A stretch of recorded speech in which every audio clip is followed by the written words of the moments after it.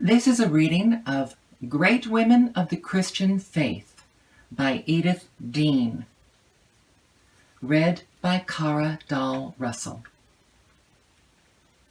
Dedication. To my sister Jane Alderman Lewis, whose love ever surrounds me. O woman, great is thy faith. Be it unto thee even as thou wilt. Matthew 15:28. Section 1. Spiritual biographies of Christian women from the 2nd to the 17th century. Chapter 1. Women of the Early Centuries.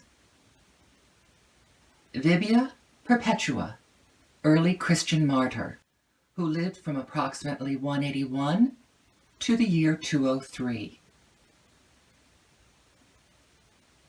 Perpetua, the mother of an infant son, suffered persecution and death with her maidservant Felicitas and 4 other Christians under a Roman edict against Christianity.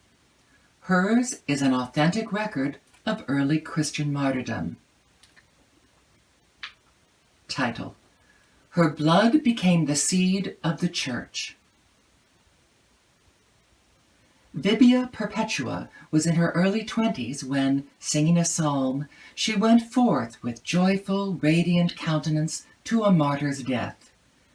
She and her Christian companions were condemned to be thrown into the arena among wild animals and then to be killed by a gladiator's sword. But Perpetua had caught a glimpse of Christ's sufferings on the cross, and she was not afraid. Perpetua lived in North Africa at Carthage, where Christians from Rome had brought the gospel and where vigorous Christian churches were springing up. Her ties with the world were strong. The devoted mother of an infant son, she was young, beautiful, of noble birth, and well educated. Yet she was willing to sacrifice her life for her faith. The Roman Emperor Septimus Severus, fearing the rising power of Christianity, issued an edict prohibiting Christians from teaching or making converts. Perpetua and her companions were among the first victims of this edict. The 5 others who suffered martyrdom with Perpetua, her maidservant Felicitas, her teacher, the deacon Satyrus, and 3 fellow Christians, Revocatus, Secundulus, and Saturnius, had all been condemned for being converts to the new religion. They knew the story of how Paul's own conversion, nearly 2 centuries earlier, had followed soon after Stephen's martyrdom. Paul had said, quote, "And when the blood of thy martyr Stephen was shed, I also was standing by," unquote. Acts 22:20. They were confident that their martyrdom would win many in the pagan city of Carthage to Christianity, for they were aware that the blood of these earliest martyrs had become the seed of the Church. Perpetua had been baptized only a short time before she was condemned. As she came out of the water, she said, quote, "The Holy Spirit has inspired me to pray for nothing but patience under bodily pains," unquote. Though she was very young, she must have known other kinds of suffering earlier, for there is no record of her husband, and it is assumed that he was either dead or had deserted her because she was a Christian. While she and her 5 companions awaited arrest, her aged father came and pleaded with her to renounce her faith. "Father," she said to him, "do you see this vessel lying there? Can one call anything by any other name than what it is? So neither can I call myself anything else than what I am, a Christian." Though her father raged and threatened to beat her, she remained calm and firm. The next day, she and her companions were put in prison. "I was very much afraid," she wrote, "because I had never experienced such gloom.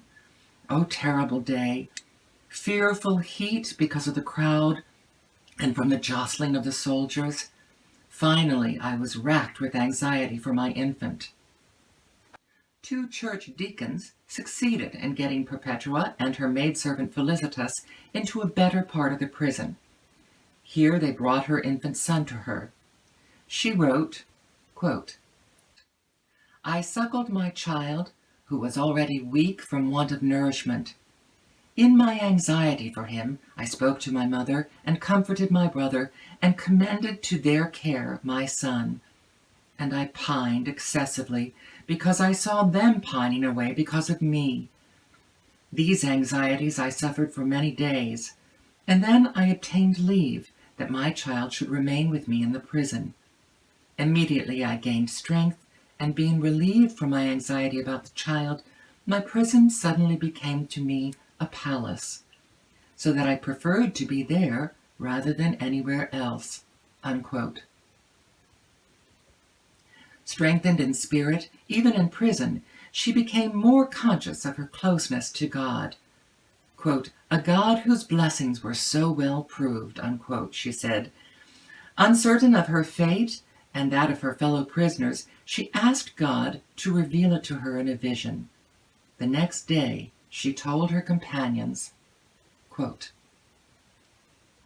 "Last night in a vision, I saw a golden ladder of wondrous size reaching up to heaven, so narrow that only one could go up at once. On its sides were every kind of iron instrument, swords, lances, hooks, and daggers. If one went up carelessly, one's flesh would be torn, and pieces would be left on the iron implements.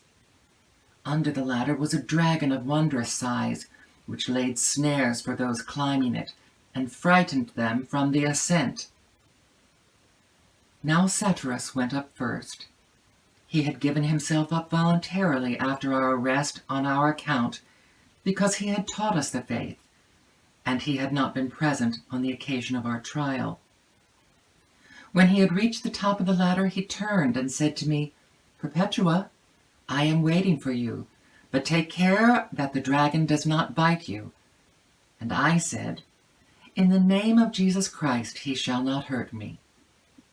The dragon, as if afraid of me, slowly thrust his head underneath the ladder, and I trod upon his head, as if I were treading on the first step."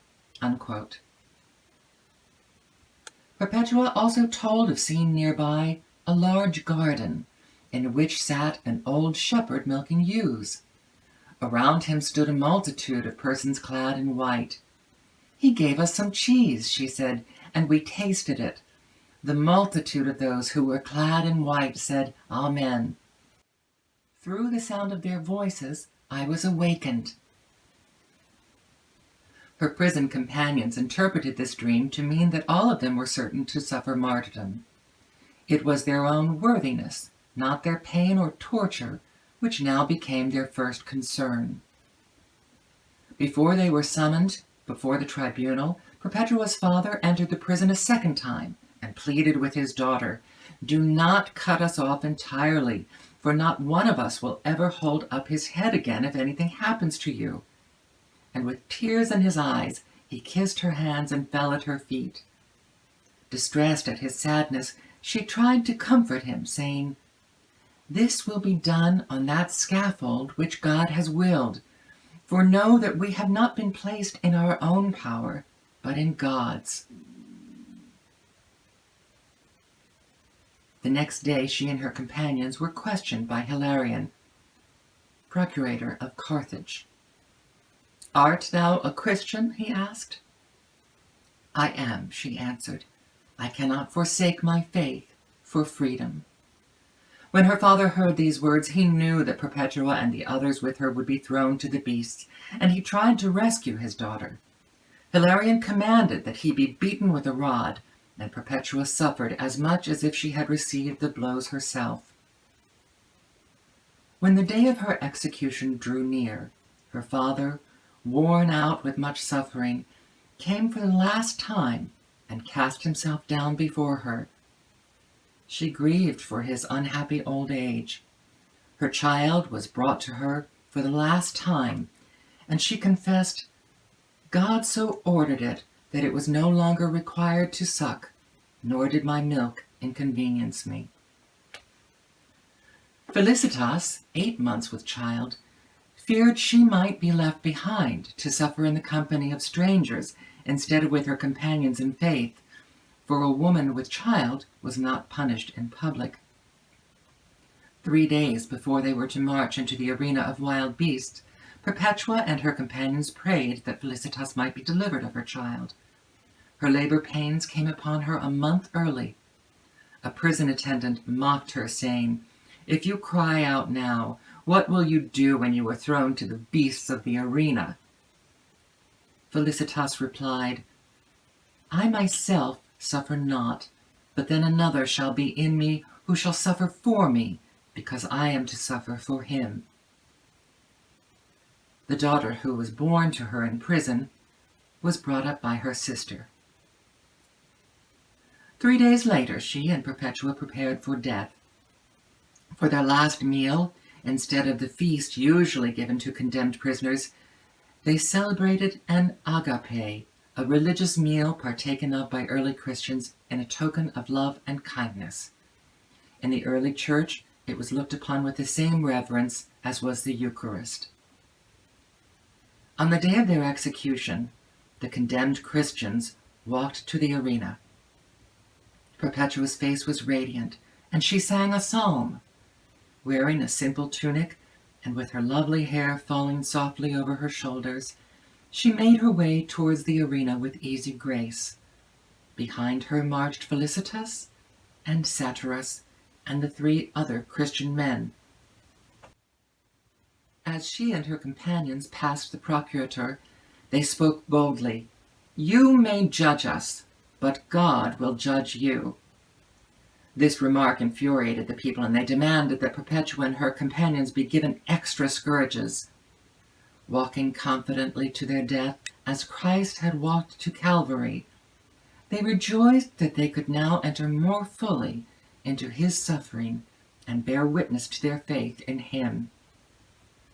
The Christian men faced the beasts first. They were attacked by a leopard, a bear, and a wild boar. Satyrus the teacher was so covered with blood that the spectators cried out in scorn, "He is well baptized!"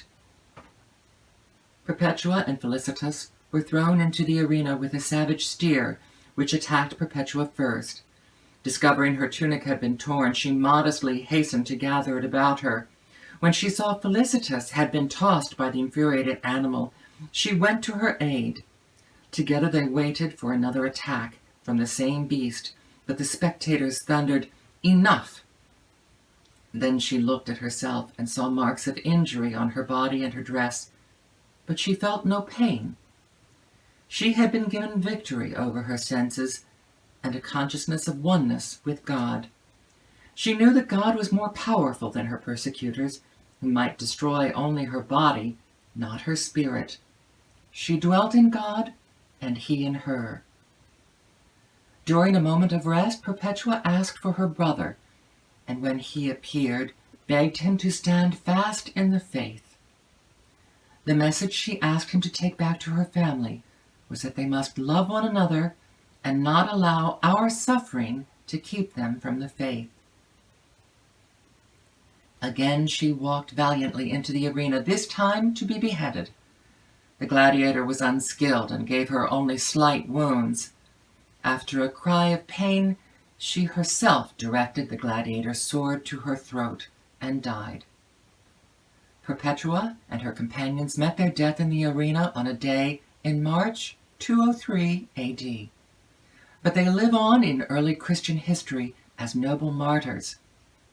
Because of their courageous spirit and sublime faith, the church grew, and many others were attracted to a religion which had produced such heroes. Perpetua recorded her own story until the day before her death.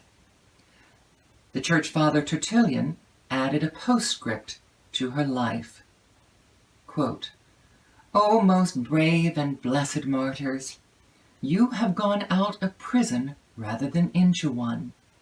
Your dungeon is full of darkness, but you yourselves are light. Your dungeon has bonds, but God has made you free." End quote.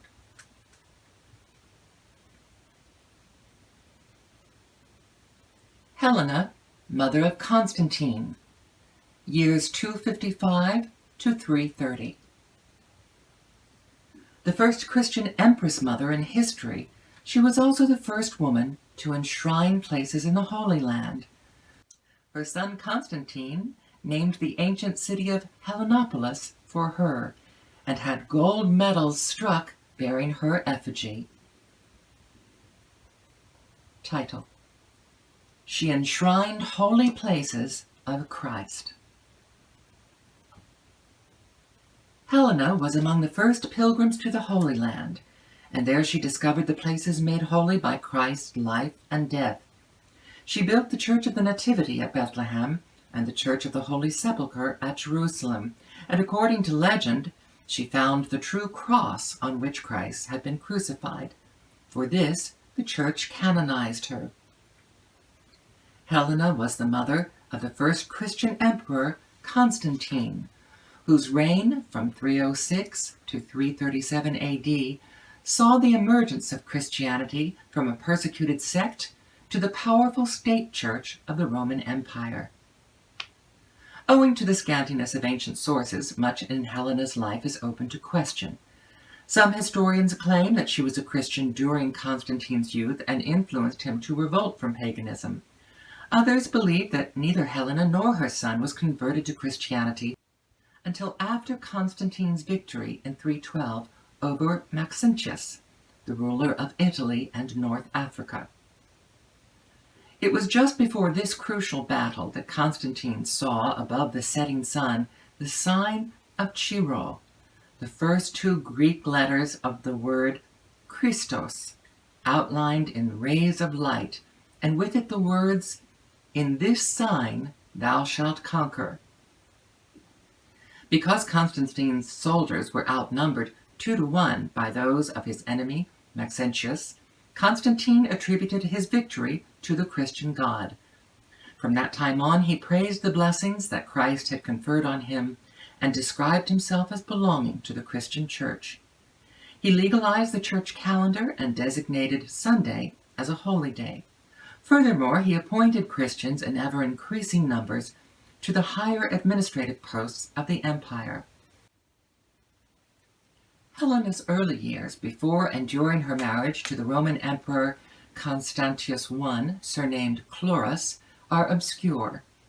Some authorities contend that she was a British princess, the daughter of Cole or Colus, the British king of Colchester, immortalized in the Mother Goose rhyme of Old King Cole, the Merry Old Soul.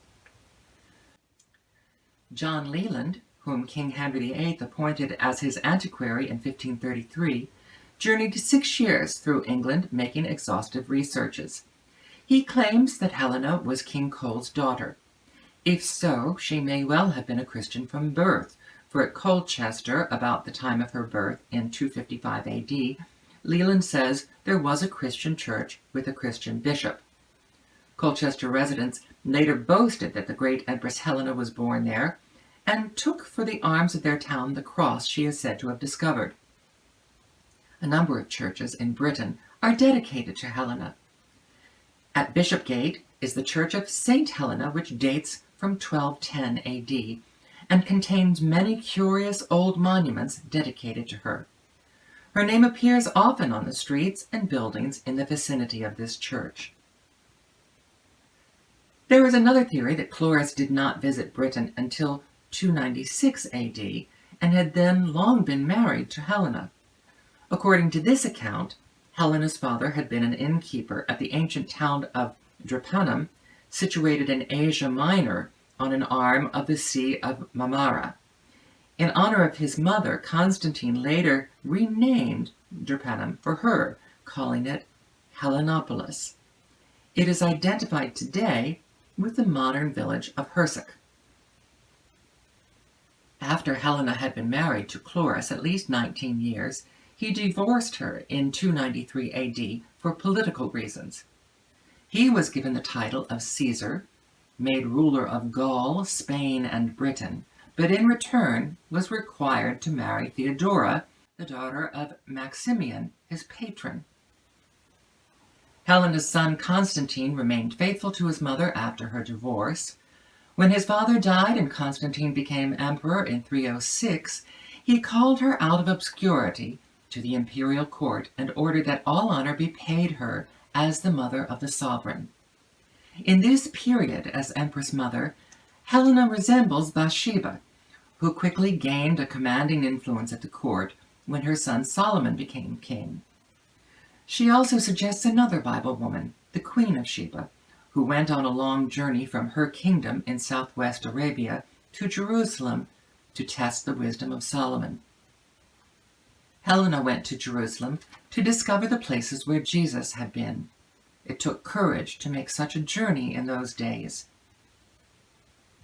After Constantine became master of the East, he assembled Christianity's first general council at Nicaea, and the next year wrote to Mercurius, Bishop of Jerusalem, ordering the building of a magnificent church upon Mount Calvary.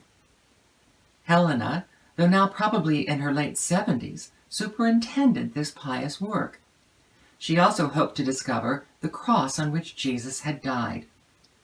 Other chroniclers say that Helena was directed by dreams to go to Jerusalem and search for the Holy Sepulchre. Helena found the place where she believed the tomb to have been, but it was covered with earth, and a temple of Venus had been erected upon it. She had this pagan temple destroyed and ordered her workmen to excavate for the sacred cave. One can imagine the emotion Helena felt as she stood at the spot where Mary Magdalene had seen Christ's empty tomb, and the place from which she had gone to report to the disciples the miracle of the resurrection. Helena found here, too, adjacent to the garden of Joseph of Arimathea, in whose new tomb Jesus was laid, John 19, verses 38 to 42, what she believed to be the true cross of Calvary. Ambrose, one of the early church fathers, writes that when Helena discovered his cross, she adored not the wood, but he who had been nailed to the wood, and burned with an earnest desire to learn the secret of immortality. In the area where the cross of Calvary and the tomb were found, Helena in 325 AD built the Church of the Holy Sepulchre.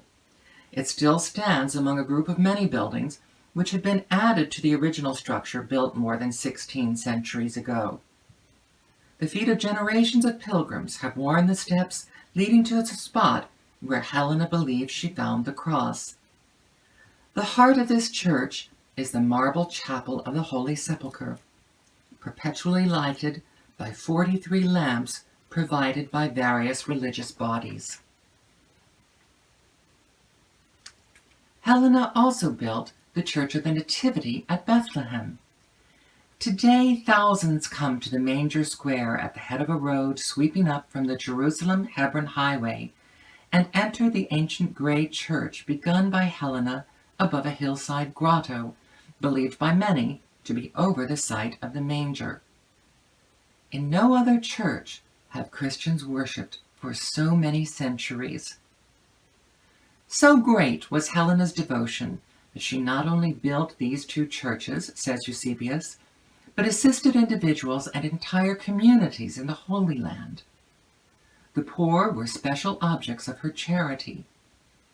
The ecclesiastical historian Sozomen says that, quote, during her residence at Jerusalem, Helena assembled virgins at a feast, ministered to them at supper, presented them with food, poured water on their hands, and performed other similar services customary to those who wait upon guests, unquote.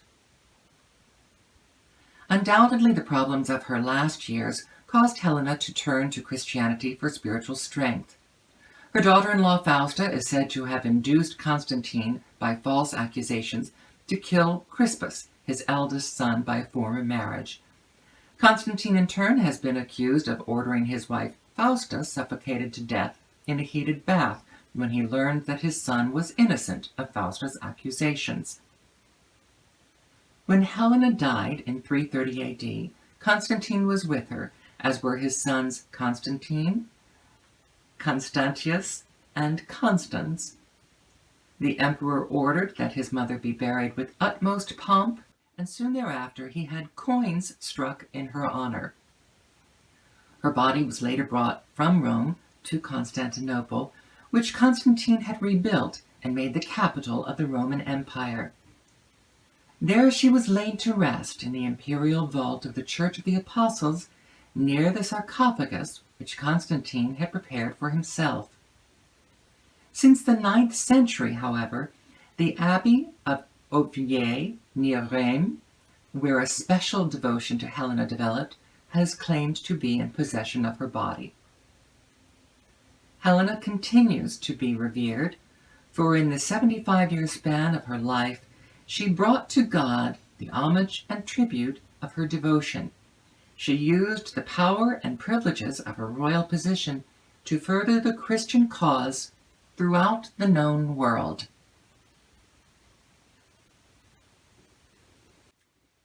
End of Episode 1.